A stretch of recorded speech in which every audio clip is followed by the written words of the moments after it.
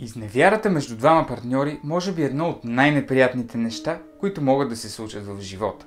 Днес ще разгледаме защо се случва и как да се предотврати.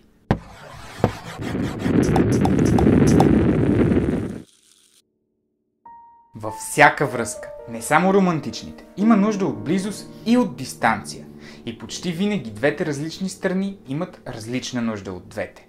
Ако сме прекалено близки с човек, който има нужда от повече дистанция, ако постоянно искаме неговото внимание, да сме около него, да го прегърнем, да говорим с него, това може да доведе до чувство за обсебване в него.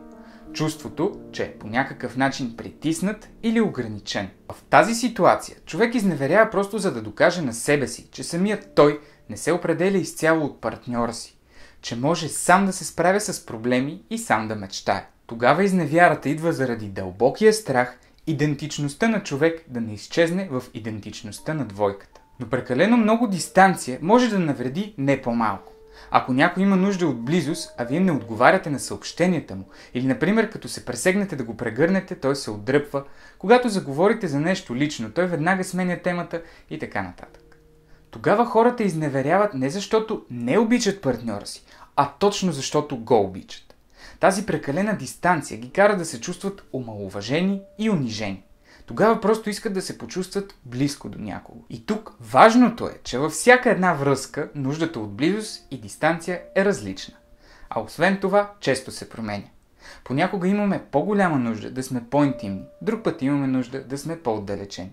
Това са просто различни начини човек да се чувства комфортно във връзката си. Далеч нито единия, нито другия вариант не е лош. И за тези неща не може да вземете съвет от приятел или да последвате примера на любимата си двойка от сериал или филм. Те са различни хора, имат различни нужди и дори ситуацията им да изглежда подобна, най-вероятно е доста различна. Единственият начин да решите проблема е да говорите с половинката си и да обсъдите кое ви устройва, колко близост и колко далечина. И този разговор е хубаво да се проведе още в началото на връзката и да се повтаря при всяко усещане, че нещата не вървят както трябва.